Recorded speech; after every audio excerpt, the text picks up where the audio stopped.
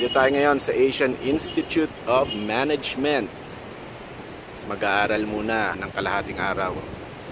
Alright? Hashtag Learning Never Stops.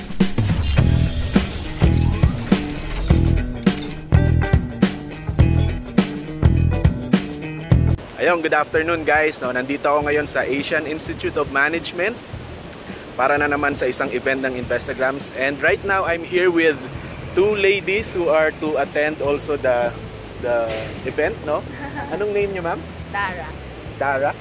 And G. Nakasalubong ko lang sila and they are also going to attend the event. So, mga ma'am, bakit po kayo a-attend dito sa UPRISING ng Investagrams? Kasi para kabang-abang eh. Ganun ba? Tsaka para matuto.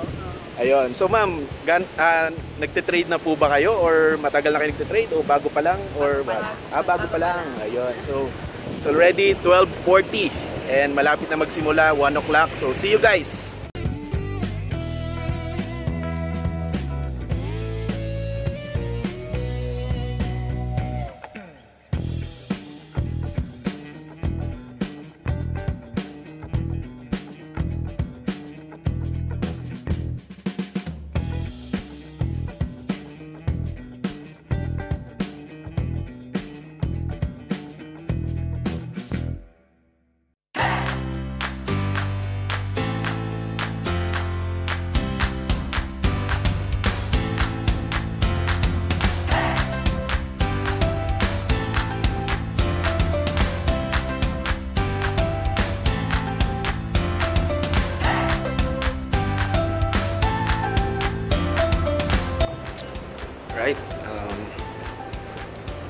Kakatapos ko lang mag-break, kumain ako ng sandwich, ng turon, at tubig. I think we're halfway through na dito sa event ng UPRISING, and I'm thankful to King Trade, Miss Dayanara Uy and Sir Jet for imparting their knowledge. I've learned so much and excited now sa next round of speakers. And yeah, see you guys later again.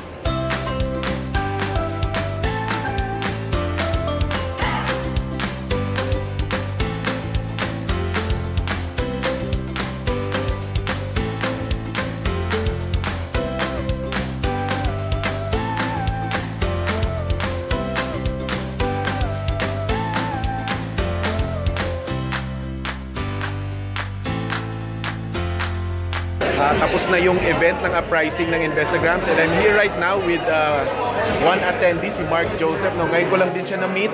So ngayon, Mark Joseph, ano ba ang natutunan mo ngayon dito sa event ng UPRISING ng Investagrams? Actually, overwhelming yung mga speakers, ang titindi ng mga line-up. Ganyan sila Bossy, sila Taylor, sila Bobby, sila JC, sila Jet Toyco. At saka ang daming mga up and coming mga events na Investagrams, tsaka yung mga features like yung lupit na Investa Journal. Abangan nyo guys, malapit na, no? It's in the works yung magiging na sila, magiging broker na sila, no? In the near future. So hopefully next year mangyari na ito. No? Gano'ng katagal ka na nagte-trade, bro? Ilang years sir, na? 1 year pa lang noong August. 1 year pa lang. So far, kumusta? Kumusta ang trading natin? So far, nung mga unang months ko, medyo kumikita ng mga pachamba-chamba. Yeah. Alam naman natin, pag mga pachamba-chamba lang, binabawi din yung Miss Market. So ngayon, last question bro. Ano ang may papayo mo sa ating mga viewers, mga sumusubaybay sa atin? Anong may papayo mo bilang isang nagsisimulang trader? Ngayon, yung natutunan mo ngayon sa event na to, anong may papayo mo sa kanila? So, mapapayo ko lang sa kagaya ko ng mga nag-start pa lang, invest in knowledge, tsaka invest in learning. Alright. Tsaka yung knowledge, dapat right knowledge. Tama. Hindi lang basta knowledge. Tama. And also, follow the right people. Alright. Like yung, tsaka mag-attend kayo ng mga ganitong seminars, magandang mga events para makakilala kayo ng mga like-minded individuals. Tsaka makakatulong sa inyo. Tsaka makafollow nyo. Like, follow nyo si Sir Marksman. Nag-live yan, yung mga trading insights niya. Tsaka follow nyo na rin sa Facebook tsaka sa YouTube. So, na-promote pa. Thank you. Tsaka yung mga, yun nga, trading psychology, mag-aral muna. Tsaka gamitin natin yung mga resources natin sa internet. So guys, you heard it mismo kay Mark Joseph, no? Sobrang sulit nitong event na to. So, see you sa susunod na event ng mga Investagrams, even yung mga ibang events pa na upcoming, no? Invest in knowledge, invest in books, magbasa kayo. Never stop learning. Yun yung hashtag natin. Alright? So, again, guys, see you and thank you for watching. Bro.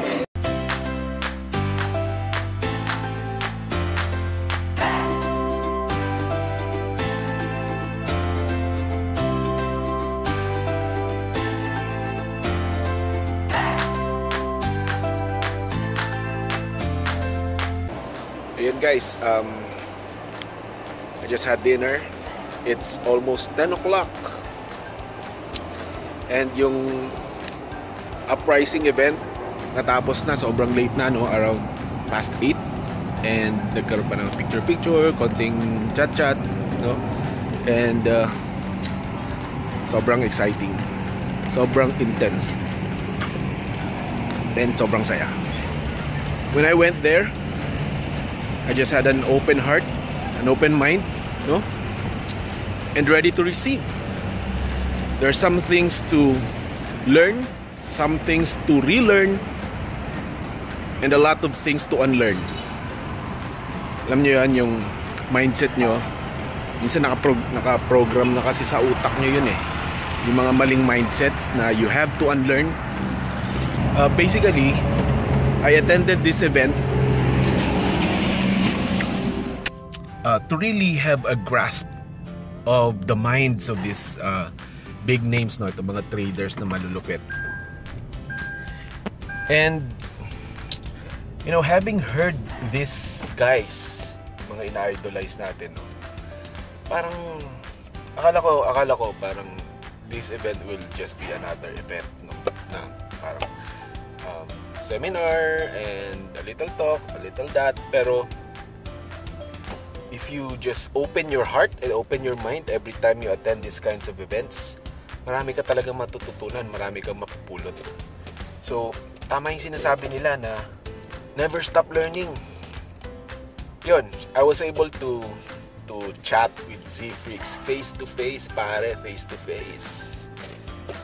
I'm starstruck, honestly.